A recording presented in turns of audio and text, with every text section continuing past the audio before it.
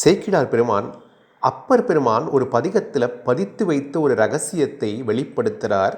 அந்த அற்புதமான பதிகம் படிப்பதால் நம்ம எல்லாம் நினச்சிட்டு இருக்கோம்னா நம்மளுடைய வாழ்க்கையோட பொருட்டு என்ன அப்படின்னால் முக்தி பேறு அடைவது அப்படின்னு சொல்லிதான்.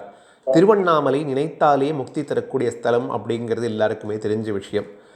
இந்த முக்தி பேருக்கும் மேலான விஷயம் ஒரு சந்தோஷம் ஒன்று இருக்குது. அந்த சந்தோஷத்தை அனுபவிக்கிறதுக்கான மார்க்கம் என்ன, அதை எப்படி அப்பர் பெருமானே அனுபவித்தார், அது நமக்கு எல்லாருக்கும் கூட அது கைகூடும் அப்படிங்கிறத ஒரு அற்புதமான விஷயத்தை, ரொம்பவும் மேன்மையான விஷயத்தை இந்த பதிகத்தில் அவர் புதைத்து வைத்திருக்கார் அப்பர் பெருமான். சேக்கிழார் பெருமான் இதை வெளியில் கொண்டு வரார். இந்த பதிகத்தை நாம் படனம் செய்தோம் அப்படின்னு சொன்னால் நமக்கு ஏதாவது ஒரு கஷ்டம் நடந்தால் நம்ம எந்த பாவமே பண்ணு நமக்கு ஏன் கஷ்டம் வந்தது அப்படிங்கிறோம். அதற்கு என்ன காரணம் அப்படின்னால் ஊழ்வினை அழுத்தும் அப்படிங்கிறது தானே. வள்ளலார் சொல்லுவார், கூழுக்கழுவேனா ஊழுக்கழுவேனா அப்படின்னு சொல்லி வள்ளல் பெருமான் அடிக்கடி சொல்லுவார். இப்போது ஊழ்வினை, இந்த வினை அந்த வினையெல்லாம் சொல்லியிருக்கு. அவ்வினைக்கு வினாம்சம் ஞானசம்பந்த சுவாமிகளோட பதிகம் இருக்குது. இந்த வினை அப்படிங்கிறது தான் நமக்கு கஷ்டத்தையும் சந்தோஷத்தையும் தரக்கூடிய விஷயங்கள். இந்த வினைகள் எல்லாம் போய்விட்டது அப்படின்னு சொன்னால் நம்மளோட கர்மாவுடைய அந்த கணக்குங்கிறது முடிந்து விட்டது அப்படின்னு சொன்னால் நாம் இறைவனுடைய திருவடி அடைந்து விடுவோம். அந்த திருவடி இந்த உடம்பில் இருக்கும் பொழுது நம்ம அடைய முடியாது அப்படிங்கிறது நமக்கெல்லாம் தெரியும். ஆனால் அந்த முக்தி பேருக்கும் மேலான ஒரு விஷயத்தை அனுபவிக்க முடியும் அப்படின்னால் அது என்ன அப்படிங்கிறத தெரிந்து கொள்வதற்காக இந்த பதிவை முழுக்க கேளுங்கள் அப்படிங்கிற ஒரு விண்ணப்பத்தை வைத்து ஆசான் அகத்தீசருடைய தாழ் பணிந்து இன்றைக்கி நம்ம பார்க்க போகிற பதிகம் எது அப்படின்னு பார்த்தால் அதில் எந்தவித சந்தேகமும் வேண்டாம், சாட்சாத் திரு அண்ணாமலை பதிகம்தான் அது. அப்பர் பெருமான் என்ன சொல்லியிருக்கார் அப்படிங்கிறத சேக்கிழார் பெருமான் வெளியில் கொண்டு வரார். செங்கண் விடையார் திருவண்ணாமலை தொழுது வலம் கொண்டு துங்க வரையின் மிசை ஏறி தொண்டர் கொழும்புக்கு எதிர் நிற்கும் அங்கண் அரசை பணிந்து எழுந்து திளைத்து திருநாவுக்கரசர் தங்கு பிறப்பே வீட்டினுக்கே மேலாம் பெருமை சாதித்தார். தங்கு பிறப்பே வீட்டினுக்கே மேலாம் பெருமை சாதித்தார். வீடு பேறு அடைவதை விட பெரிய ஒரு அற்புதமான சந்தோஷம் எது அப்படின்னு பார்த்தால் திருவண்ணாமலை தரிசித்து தொழுவது. பிரத்யட்சமான அந்த அனுபவம் இந்த வீடு பேறு முக்திக்கு எல்லாம் மேல்பட்டது அப்படிங்கிற ஒரு அற்புதமான சிந்தனை அப்பர் பெருமான் நமக்கு சொல்லி கொடுத்துருக்கார். நம்ம தர்ஷனாத் அப்பசிரி ஜனாத் கமலாலே காஷ்யாந்தி மரணான் முக்தி ஸ்மரணாத் அருணாச்சலம் அப்படிங்கிற இந்த ஸ்லோகத்தை கேள்விப்பட்டிருக்கோம். திருவாரூரிலே பிறக்க, தில்லை தரிசிக்க, காசியில் மறிக்க, திருவண்ணாமலை நினைக்க முக்தி இப்படிங்கிறது நமக்கு தெரிஞ்ச விஷயம். ஆனால் இது அதற்கு மேல்பட்ட ஒரு விஷயம். திருவண்ணாமலை கிரி பிரதட்சணம் வந்து கொண்டிருக்கும் பொழுது ஒரு க்ஷணம் நின்று அந்த அண்ணாமலையானை, அந்த கம்பீரமாக இருக்கக்கூடிய அந்த அண்ணலை அட்டமூர்த்தியை எப்படி கைத்தொழுதோம் அப்படின்னால் அது முக்தி பேருக்கும் மேலான விஷயம் அப்படிங்கிற அந்த ரகசியத்தை சொல்லிட்டு, மற்றபடி நமக்கு என்ன விஷயமா இருந்தாலும் சரி, நம்ம லௌகிகமான விஷயங்கள், நவகிரகத்தில் நமக்கு சில விஷயங்கள் கிரகங்கள் பாதிப்பு தர்றது, இது பண்ணுறது, அது போன்ற எல்லா விஷயங்களையும் நம்ம சமாளிக்கணும் அப்படின்னு சொன்னால் அது நமக்கு எந்தவித பாதிப்பும் கொடுக்கக்கூடாது அப்படின்னு சொன்னால் அது சாத்தியமானால் நிச்சயமாக சாத்தியம். வாழ்க்கையில் கஷ்டமே இல்லாமல் வாழ முடியுமானால் நிச்சயமாக சாத்தியம். எப்படி அப்படின்னால் சிவபெருமானுடைய திருவடியில் பரிபூர்ண சரணாகதி அடைந்தோம் அப்படின்னு சொன்னால் கண்டிப்பாக அது சாத்தியம் அப்படிங்கிறது தான் இந்த பதிகம் நமக்கு உணர்த்துறது. அப்பர் பெருமான் பாடிய இந்த அற்புதமான பதிகத்தை படித்தோம் சொன்னால், ஒன்று நமக்கு இருக்கக்கூடிய வினைகள் எல்லாம் போய்விடும், ரெண்டாவது சிவபெருமானை நம்ம ஆட்கொள்வார். அது மட்டும் இல்லாமல் நமக்கு வாழ்க்கையில் எல்லா விதமான இகபர சுகங்கள் அனைத்தும் கிடைக்கும் அப்படிங்கிறது கண்கூடு. இப்பொழுது அந்த பதிகத்தை இறைவனருளால் இப்பொழுது தியானிப்போம். திருச்சிற்றம்பலம். பட்டி ஏறுகந்தேறி பலவிலம் இட்டமாக விழுந்தும் அட்டமூர்த்தி அண்ணாமலை கைத்துட கெட்டுப்போம் வினை கேடில்லை காண்மினே. பெற்றம் ஏறுவர் பெய்பலிக்கென்றவர் சுற்றமாமிக தொல்புகழாலோடும் அற்றந்தீர்க்கும் அண்ணாமலை கைத்துட நற்றவத்தோடு ஞான திருப்பரே. பல்லிலோடுகை ஏந்தி பலவிலும் ஒல்லை சென்றனுங் கல்கவர் வாரவர் அல்லல் தீர்க்கும் அண்ணாமலை கைத்துட நல்லவாயின நம்மை அடையுமே. பாடி சென்று பலிகென்று நின்றவர் ஓடிப்போயினர் செய்வதொன்றென்களோ ஆடிப்பாடி அண்ணாமலை கைத்துட ஓடிப்போவும் நம்ம மேலை வினைகளே. தேடி சென்று திரிந்தடி எய்த்துமின் நாடி வந்தவர் நம்மையும் ஆட்கொள்வர் ஆடிப்பாடி அண்ணாமலை கைத்துட ஓடிப்போம் நமதுள்ள வினைகளே.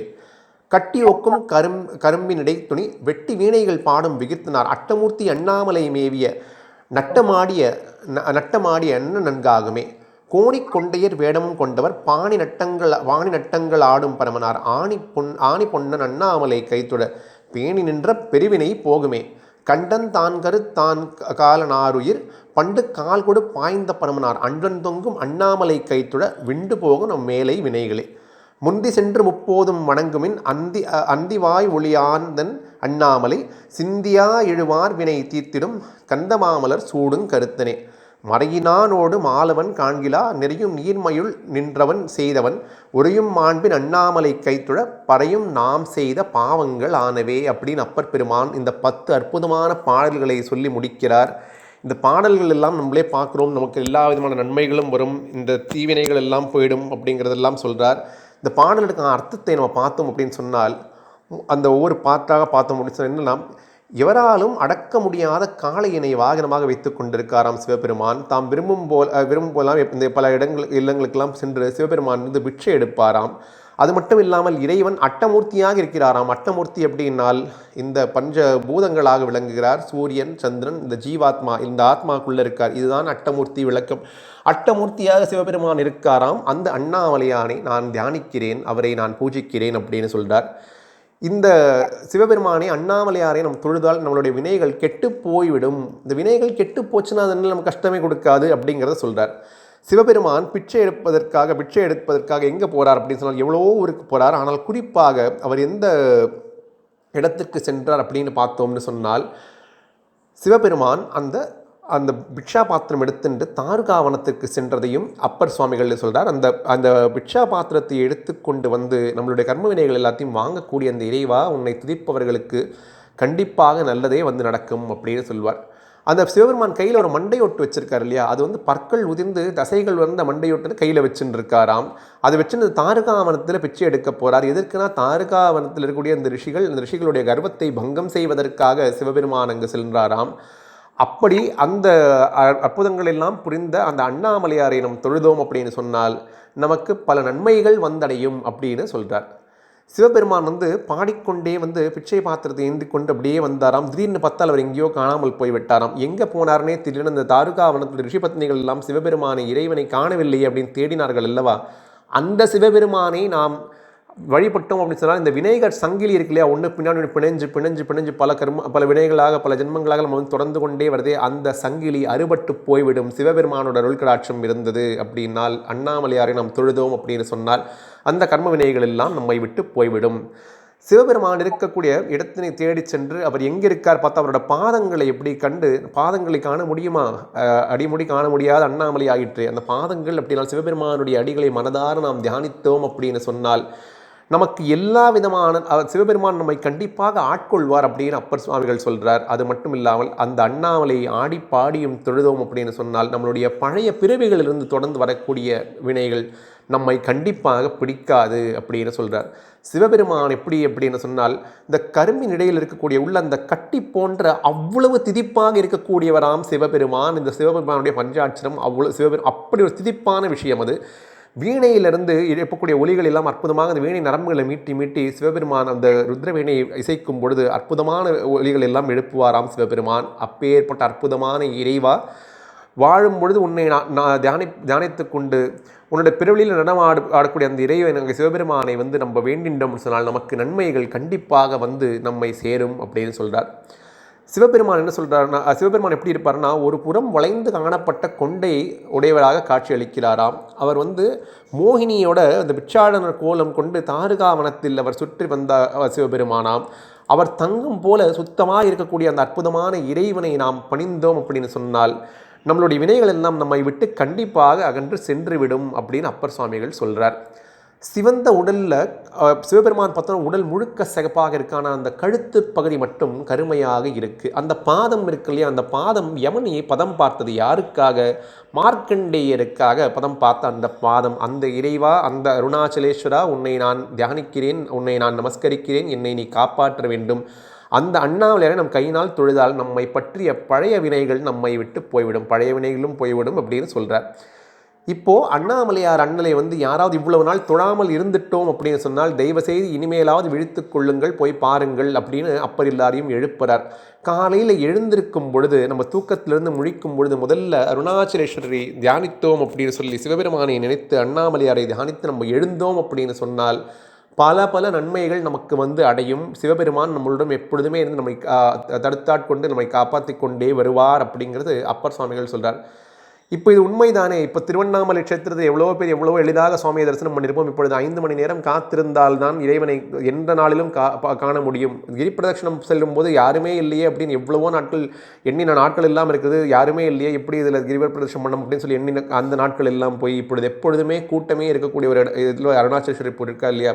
அதனால் எல்லாருக்கும் விழிப்பிழைந்து அண்ணாமலையாரை பூஜை செய்ய வாருங்கள் அப்படின்னு அப்பர் பெருமான் அன்னைக்கே கூப்பிட்டு விட்டார் போலும். அது இப்பொழுது எல்லாருக்கும் போய் சேர்த்தது போல எல்லாரும் வந்து அண்ணாமலையாரை கிரி பிரதட்சணம் பண்ணிட்டு கொண்டிருக்கார்.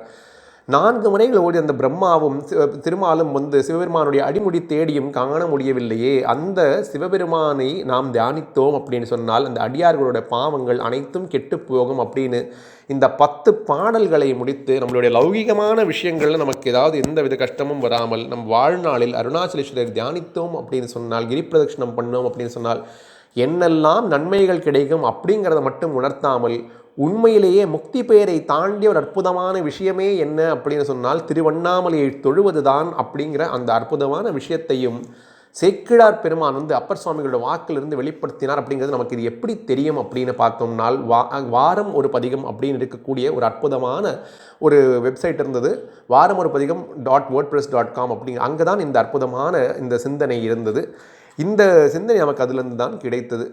அதனால் இந்த வேர்ட்பிரஸுக்கு காரணமாக இருக்கக்கூடிய அந்த ஐயா வெங்கடேஸ்வரன், அந்த ஐயா அவருடைய பாதங்கள் நமஸ்காரங்கள் தெரிவித்து இந்த கருத்தினை பகிர்ந்ததுக்கு நன்றி கூறி, இந்த wordpress.com எல்லாரும் போனோம் அப்படின்னு சொன்னால் பல பல அற்புதமான விஷயங்கள் இருக்குது அப்படிங்கிறதையும் உங்கள் எல்லாருக்கும் இந்த காணொலி மூலமாக தெரிவித்து கொண்டு, இப்பொழுது பேசப்பட்ட வார்த்தைகள் அனைத்தையும் ஆசான் அகத்தீசர் பாதங்கள் சமர்ப்பணமாக வைத்து இந்த உரையை நிறைவு செய்கிறோம். ஓம் நமோ வெங்கடேசாய.